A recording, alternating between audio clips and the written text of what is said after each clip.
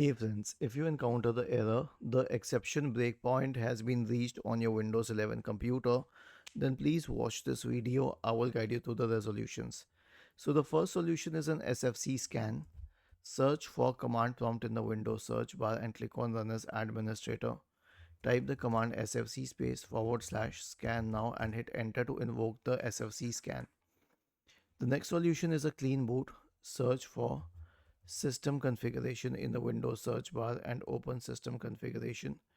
Go to the Services tab. Check the box associated with Hide All Microsoft Services. If any of the service is checked, click on Disable All, Apply, OK, and then restart your computer. And finally, perform a malware scan. So search for MRT in the Windows search bar and open MRT. Let it load. Click on Next. Select Full Scan. Click on Next and then let it go through. Was this helpful? If yes, then please subscribe to the channel. If not, then let us know in the comment section of the video on how we could help you further. Thank you for watching this video and have a nice day.